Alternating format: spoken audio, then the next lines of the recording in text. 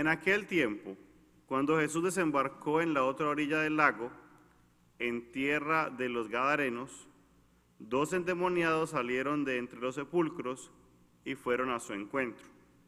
Eran tan feroces que nadie se atrevía a pasar por aquel camino.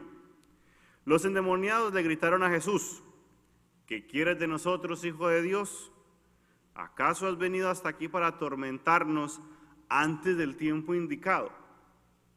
No lejos de ahí había una numerosa piara de cerdos que estaban comiendo.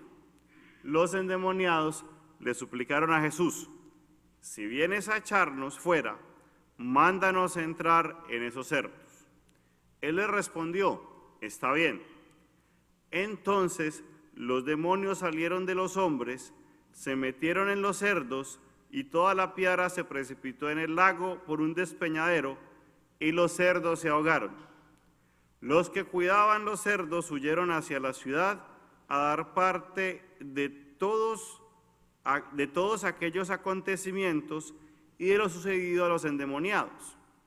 Entonces salió toda la gente de la ciudad al encuentro de Jesús, y al verlo le suplicaron que se fuera de su territorio. Palabra del Señor.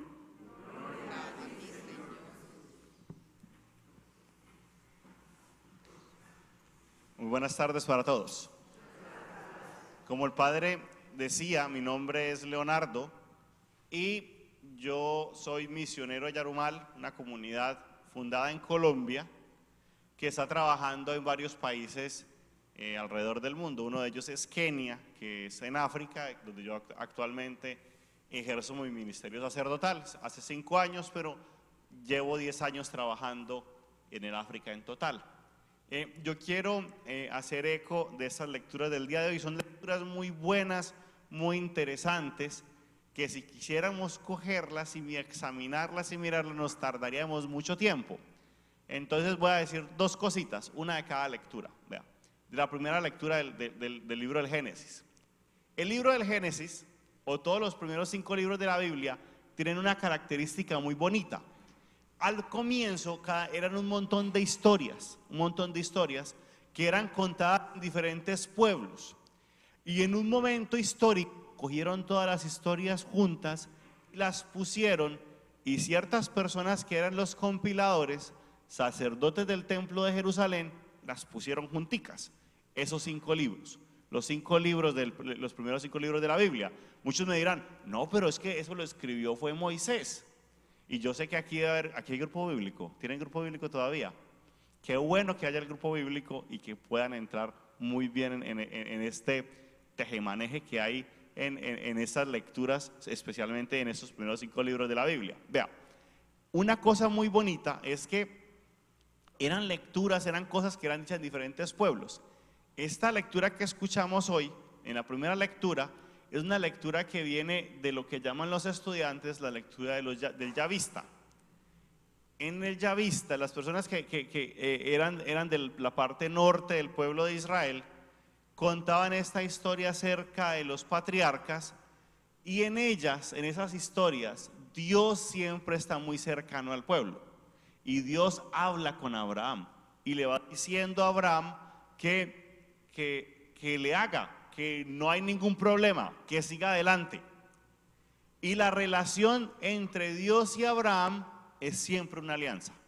Una alianza es como un contrato en el que Dios se compromete a hacer algo y en el que el ser humano, en este caso Abraham, se compromete a hacer otra cosa. Y es algo que es sagrado, es siempre un voto sagrado, ¿sí? Entonces, esta historia que hoy encontramos es una historia muy bonita porque habla de una tradición que es muy común en el pueblo y desde ahí cómo Dios actúa. Aquí hay algún señor que tenga 2 esposas. Pues yo pregunto, uno nunca sabe. Donde yo vengo en África, mucha gente diría que sí, ¿sí? ¿Por qué? Porque la poligamia es aceptada. No entre los católicos, pero sí en las comunidades con las que nosotros estamos. Yo cuento la historia de Yenerica. Yenerica es una señora que yo quiero mucho y es la primera esposa entre 3, ¿sí? Entonces hay otras dos esposas que viven junto con ella en la misma casa, ¿cierto? Viven 3 casitas y las 3 esposas viven ahí junticas. Yenerica solamente tuvo niñas, tuvo 2 niñas. La segunda esposa ya tuvo un hijo mayor, y la segunda esposa murió. Después el esposo se casó por tercera vez, ya con una niña que tenía como 14 años, 15 años, y esta niña dio a luz como a otros 3 niños después. Ya la niña creció, ya no tenía los 15 años, y tuvo otros 3 niños más. Pero esta muchacha fue una muchacha que no era como muy fiel, ¿cierto? En el sentido en que no se quedó, ella se voló y se fue de la casa. Entonces Yenerica quedó con sus 2 hijos, con los hijos de la segunda esposa y los hijos de la tercera esposa, y los crió a todos. Y los hijos de la segunda esposa, los hijos de la tercera esposa, llaman a la primera esposa mamá, siempre le llaman mamá. Pero la cuestión de la que escuchamos hoy aquí es diferente, ¿sí? Porque ¿quién era Agar? ¿Se acuerdan quién era Agar? ¿Una esclava de quién? ¿De quién era Agar esclava? No, señores, no, señores. Agar era esclava de Sara, sí. Cuando Sara se dio cuenta que no podía tener hijos porque pasaron los años y después de intentar mucho no quedaba embarazada, ¿qué dice Sara? Vea, ahí tengo esa esclava, denos un hijo, porque es que no hay hijos. Y en ese caso, las propiedades de Abraham tenían que pasar a un sobrino, que no querían, ¿cierto? Entonces, es mejor que quedar en familia. Entonces dieron esa. Pero, ¿y qué sucede ahí? Resulta que cuando un hombre se casa, sobre todo en culturas semitas, ya voy a quedar aquí, yo no voy a ir al evangelio, voy a quedar aquí, que el tema está muy interesante. Vea, cuando en las culturas semitas pasa que cuando un hombre se va a casar tiene que pagar una dote, ¿sí? Una dote a la familia de la esposa. Paga la dote, que es en animales o en bienes, oro o normalmente en el lugar donde yo estoy son animales, son 6 vacas. Cuando se va a casar con una mujer hay que pagar 6 vacas para que le permitan casarse con esa persona. Cuando una mujer no puede tener hijos, ella también puede pagar una dote por otra muchacha, para que los hijos de esa muchacha sean hijos de ella. ¿Me hago entender? Sí. Es un matrimonio entre 2 mujeres, pero no es un matrimonio, no es una unión del mismo sexo. ¿Sí? ¿Me hago entender? Es difícil porque es otra cultura, ¿sí? Es otra cultura totalmente diferente. Y los hijos que tiene en esa otra mujer son hijos propios, ¿sí? Pero aquí pasa una cosa, una cosa que a Sara le dieron, ¿qué? Celos, exactamente, le dieron celos. Y dice, bueno, yo como esa mujer es mi esclava, le dijo a Abraham, ¿sabe qué? Mándela, ya no la necesitamos. Y el vínculo que había de familiaridad se rompe, ¿sí? Al dejar de ser esclava y como era esclava de Sara, el hijo ¿de quién era? El hijo era de Sara. Por eso lo podía mandar. Pero aún así, legalmente, quiero decir, el hijo legalmente era de Sara. Por decir, los papeles del niño, ¿quién los tenía? Los tenía Sara, no los tenía Abraham. ¿La podía mandar? Sí la podía mandar. Y Abraham se pone muy preocupado y dice, jue madre, van a mandar. Y de todas maneras, este sigue siendo hijo mío. O sea, el peladito, el niño, el guagua, sigue siendo mío, ¿sí? Aunque legalmente no lo es. O sea, esa es lo que hay detrás de la lectura, ¿no? Ese es el problema que hay y por qué Abraham no puede decir que no. Él no tiene velas en ese entierro, o sea, el niño es de él. Pero quien tiene la potestad, esa es la palabra que buscaba, la potestad la tiene Sara, ¿sí? ¿Y qué pasa en ese momento?